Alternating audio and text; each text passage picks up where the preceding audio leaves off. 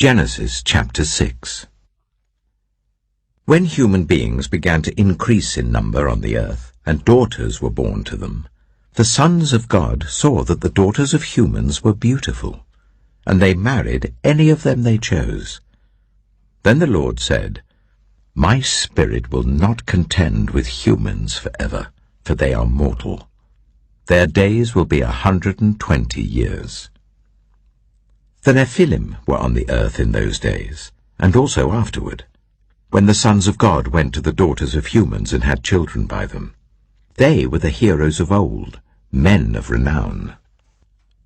The Lord saw how great the wickedness of the human race had become on the earth, and that every inclination of the thoughts of the human heart was only evil all the time. The Lord regretted that he had made human beings on the earth, and his heart was deeply troubled. So the Lord said, "I will wipe from the face of the earth the human race I have created, and with them the animals, the birds, and the creatures that move along the ground, for I regret that I have made them." But Noah found favor in the eyes of the Lord. This is the account of Noah and his family. Noah was a righteous man, blameless among the people of his time, and he walked faithfully with God. Noah had 3 sons, Shem, Ham, and Japheth. Now the earth was corrupt in God's sight, and was full of violence. God saw how corrupt the earth had become, for all the people on the earth had corrupted their ways. So God said to Noah, "I am going to put an end to all people, for the earth is filled with violence because of them. I am surely going to destroy both them and the earth. So make yourself an ark of cypress wood, make rooms in it, and coat it with pitch inside and out. This is how you are to build it. The ark is to be 300 cubits long, 50 cubits wide, and 30 cubits high. Make a roof for it, leaving below the roof an opening 1 cubit high all around. Put a door in the side of the ark, and make lower, middle, and upper decks. I am going to bring flood waters on the earth to destroy all life under the heavens, every creature that has the breath of life in it. Everything on earth will perish. But I will establish my covenant with you, and you will enter the ark, you and your sons and your wife and your sons' wives with you. You are to bring into the ark 2 of all living creatures, male and female, to keep them alive with you, 2 of every kind of bird, of every kind of animal, and of every kind of creature that moves along the ground will come to you to be kept alive. You are to take every kind of food that is to be eaten and store it away as food for you and for them." Noah did everything just as God commanded him. Genesis chapter 7. The Lord then said to Noah, "Go into the ark, you and your whole family, because I have found you righteous in this generation. Take with you 7 pairs of every kind of clean animal, a male and its mate, and 1 pair of every kind of unclean animal, a male and its mate, and also 7 pairs of every kind of bird, male and female, to keep their various kinds alive throughout the earth. 7 days from now I will send rain on the earth for 40 days and 40 nights, and I will wipe from the face of the earth every living creature I have made." And Noah did all that the Lord commanded him. Noah was 600 years old when the flood waters came on the earth. And Noah and his sons and his wife and his sons' wives entered the ark to escape the waters of the flood. Pairs of clean and unclean animals, of birds and of all the creatures that move along the ground, male and female, came to Noah and entered the ark as God had commanded Noah. And after the 7 days, the flood waters came on the earth. In the 600th year of Noah's life, on the 17th day of the 2nd month. On that day, all the springs of the great deep burst forth, and the floodgates of the heavens were opened, and rain fell on the earth 40 days and 40 nights. On that very day, Noah and his sons, Shem, Ham, and Japheth, together with his wife and the wives of his 3 sons, entered the ark. They had with them every wild animal according to its kind, all livestock according to their kinds, every creature that moves along the ground according to its kind, and every bird according to its kind, everything with wings. Pairs of all creatures that have the breath of life in them came to Noah and entered the ark. The animals going in were male and female of every living thing, as God had commanded Noah.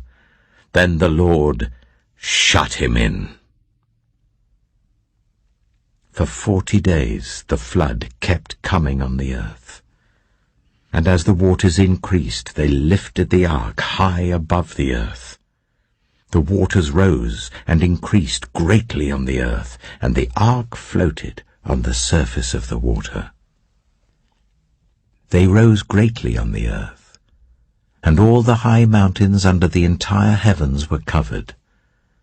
The waters rose and covered the mountains to a depth of more than 15 cubits. Every living thing that moved on land perished. Birds, livestock, wild animals, all the creatures that swarm over the earth, and all mankind.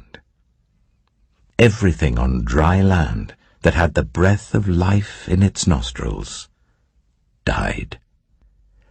Every living thing on the face of the earth was wiped out, people and animals and the creatures that move along the ground, and the birds were wiped from the earth. Only Noah was left, and those with him in the ark. The waters flooded the earth for 150 days. Genesis chapter 8. But God remembered Noah, and all the wild animals and the livestock that were with him in the ark. And he sent a wind over the earth, and the waters receded. Now the springs of the deep and the floodgates of the heavens had been closed, and the rain had stopped falling from the sky. The water receded steadily from the earth. At the end of the 150 days the water had gone down. And on the 17th day of the 7th month the ark came to rest on the mountains of Ararat. The waters continued to recede until the 10th month, and on the 1st day of the 10th month the tops of the mountains became visible. After 40 days Noah opened a window he had made in the ark and sent out a raven, and it kept flying back and forth until the water had dried up from the earth. Then he sent out a dove to see if the water had receded from the surface of the ground. But the dove could find nowhere to perch because there was water over all the surface of the earth. So it returned to Noah in the ark. He reached out his hand and took the dove and brought it back to himself in the ark. He waited 7 more days and again sent out the dove from the ark. When the dove returned to him in the evening, there in its beak was a freshly plucked olive leaf. Then Noah knew that the water had receded from the earth. He waited 7 more days and sent the dove out again, but this time it did not return to him. By the 1st day of the 1st month of Noah's 601st year, the water had dried up from the earth. Noah then removed the covering from the ark and saw that the surface of the ground was dry. By the 27th day of the 2nd month, the earth was completely dry. Then God said to Noah, "Come out of the ark, you and your wife and your sons and their wives. Bring out every kind of living creature that is with you, the birds, the animals, and all the creatures that move along the ground, so they can multiply on the earth and be fruitful and increase in number on it." So Noah came out, together with his sons and his wife, and his sons' wives. All the animals and all the creatures that move along the ground and all the birds, everything that moves on land, came out of the ark, one kind after another. Then Noah built an altar to the Lord, and taking some of all the clean animals and clean birds, he sacrificed burnt offerings on it. The Lord smelled the pleasing aroma, and said in his heart, "Never again will I curse the ground because of humans, even though every inclination of the human heart is evil from childhood. And never again will I destroy all living creatures as I have done. As long as the earth endures, seed time and harvest, cold and heat, summer and winter, day and night, will never cease." Genesis chapter 9. Then God blessed Noah and his sons, saying to them, "Be fruitful and increase in number and fill the earth. The fear and dread of you will fall on all the beasts of the earth and on all the birds in the sky, on every creature that moves along the ground and on all the fish in the sea. They are given into your hands. Everything that lives and moves about will be food for you. Just as I gave you the green plants, I now give you everything. But you must not eat meat that has its lifeblood still in it. And for your lifeblood I will surely demand an accounting. I will demand an accounting from every animal, and from each human being too I will demand an accounting for the life of another human being. Whoever sheds human blood by humans, shall their blood be shed. For in the image of God has God made mankind.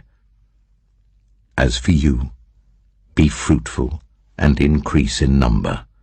Multiply on the earth and increase upon it." Then God said to Noah and to his sons with him, "I now establish my covenant with you and with your descendants after you, and with every living creature that was with you, the birds, the livestock, and all the wild animals, all those that came out of the ark with you, every living creature on earth. I establish my covenant with you. Never again will all life be destroyed by the waters of a flood. Never again will there be a flood to destroy the earth." And God said, "This is the sign of the covenant I am making between me and you and every living creature with you, a covenant for all generations to come. I have set my rainbow in the clouds, and it will be the sign of the covenant between me and the earth. Whenever I bring clouds over the earth and the rainbow appears in the clouds, I will remember my covenant between me and you and all living creatures of every kind. Never again will the waters become a flood to destroy all life. Whenever the rainbow appears in the clouds, I will see it and remember the everlasting covenant between God and all living creatures of every kind on the earth." So God said to Noah, "This is the sign of the covenant I have established between me and all life on the earth." The sons of Noah who came out of the ark were Shem, Ham, and Japheth. Ham was the father of Canaan. These were the 3 sons of Noah, and from them came the people who were scattered over the whole earth. Noah, a man of the soil, proceeded to plant a vineyard. When he drank some of its wine, he became drunk and lay uncovered in his tent. Ham, the father of Canaan, saw his father naked and told his 2 brothers outside. But Shem and Japheth took a garment and laid it across their shoulders. Then they walked in backward and covered their father's naked body. Their faces were turned the other way, so that they would not see their father naked. When Noah awoke from his wine and found out what his youngest son had done to him, he said, "Cursed be Canaan." The lowest of slaves will he be to his brothers. He also said, Praise be to the Lord, the God of Shem. May Canaan be the slave of Shem. May God extend Japheth's territory. May Japheth live in the tents of Shem, and may Canaan be the slave of Japheth. After the flood, Noah lived 350 years. Noah lived a total of 950 years, and then he died. Genesis chapter 10. This is the account of Shem, Ham, and Japheth, Noah's sons, who themselves had sons after the flood. The sons of Japheth: Gomer, Magog, Madai, Javan, Tubal, Meshach, and Tiras. The sons of Gomer: Ashkenaz, Riphath, and Togarmah. The sons of Javan: Elisha, Tarshish, the Kittites, and the Rodanites. From these the maritime peoples spread out into their territories by their clans within their nations, each with its own language. The sons of Ham: Cush, Egypt, Put, and Canaan. The sons of Cush: Seba, Havilah, Sabta, Reamah, and Sabteka. The sons of Reamah: Sheba and Dedan. Cush was the father of Nimrod, who became a mighty warrior on the earth. He was a mighty hunter before the Lord. That is why it is said, like Nimrod, a mighty hunter before the Lord. The first centers of his kingdom were Babylon, Uruk, Akkad, and Calnu in Shinar. From that land he went to Assyria, where he built Nineveh, Rehoboth, Calah, and Resen, which is between Nineveh and Calah, which is the great city. Egypt was the father of the Ludites, Anamites, Lehabites, Naphtuhites, Pathrusites, Casluhites, from whom the Philistines came, and Caphtorites. Canaan was the father of Sidon his firstborn, and of the Hittites, Jebusites, Amorites, Girgashites, Hivites, Archites, Sinites, Arvadites, Zemarites, and Hamathites. Later the Canaanites' clans scattered, and the borders of Canaan reached from Sidon towards Gerar as far as Gaza, and then toward Sodom, Gomorrah, Admah, and Zeboim as far as Lasha. These are the sons of Ham by their clans and languages, in their territories and nations. Sons were also born to Shem, whose older brother was Japheth. Shem was the ancestor of all the sons of Eber. The sons of Shem: Elam, Ashur, Arphaxad, Lud, and Aram. The sons of Aram: Az, Hul, Gether, and Meshech. Arphaxad was the father of Shelah, and Shelah the father of Eber. 2 sons were born to Eber. One was named Peleg, because in his time the earth was divided. His brother was named Joktan. Joktan was the father of Almodad, Sheleph, Hazamepheth, Jirah, Hadoram, Uzal, Dilah, Obal, Abimeel, Sheba, Ophir, Havilah, and Jobab. All these were sons of Joktan. The region where they lived stretched from Mesha towards Sephar in the eastern hill country. These are the sons of Shem by their clans and languages, in their territories and nations. These are the clans of Noah's sons, according to their lines of descent within their nations.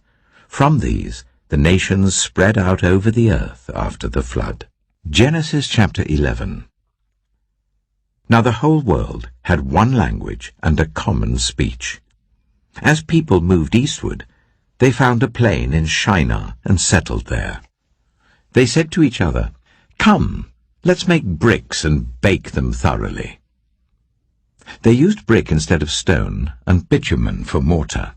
Then they said, "Come, let us build ourselves a city with a tower that reaches to the heavens, so that we may make a name for ourselves, Otherwise we will be scattered over the face of the whole earth. But the Lord came down to see the city and the tower the people were building. The Lord said, "If as one people speaking the same language they have begun to do this, then nothing they plan to do will be impossible for them. Come, let us go down and confuse their language, so they will not understand each other." So the Lord scattered them from there over all the earth, and they stopped building the city. That is why it was called Babel, because there the Lord confused the language of the whole world. From there the Lord scattered them over the face of the whole earth. This is the account of Shem's family line. 2 years after the flood, when Shem was 100 years old, he became the father of Arphaxad. And after he became the father of Arphaxad, Shem lived 500 years and had other sons and daughters. When Arphaxad had lived 35 years, he became the father of Shelah. And after he became the father of Shelah, Arphaxad lived 403 years and had other sons and daughters. When Shelah had lived 30 years, he became the father of Eber. And after he became the father of Eber, Shelah lived 403 years and had other sons and daughters. When Eber had lived 34 years, he became the father of Peleg. And after he became the father of Peleg, Eber lived 430 years and had other sons and daughters. When Peleg had lived 30 years, he became the father of Reu. And after he became the father of Reu, Peleg lived 209 years and had other sons and daughters. When Reu had lived 32 years, he became the father of Serug. And after he became the father of Serug, Reu lived 207 years and had other sons and daughters. When Serug had lived 30 years, he became the father of Nahor. And after he became the father of Nahor, Serug lived 200 years and had other sons and daughters. When Nahor had lived 29 years, he became the father of Terah. And after he became the father of Terah, Nahor lived 119 years and had other sons and daughters. After Terah had lived 70 years, he became the father of Abram, Nahor, and Haran. This is the account of Terah's family line. Terah became the father of Abram, Nahor, and Haran. And Haran became the father of Lot. While his father Terah was still alive, Haran died in Ur of the Chaldeans in the land of his birth. Abram and Nahor both married. The name of Abram's wife was Sarai, and the name of Nahor's wife was Milcah. She was the daughter of Haran, the father of both Milcah and Iscah. Now Sarai was childless because she was not able to conceive. Terah took his son Abram, his grandson Lot, son of Haran, and his daughter-in-law Sarai, the wife of his son Abram, and together they set out from Ur of the Chaldeans to go to Canaan. But when they came to Haran, they settled there. Terah lived 205 years, and he died in Haran.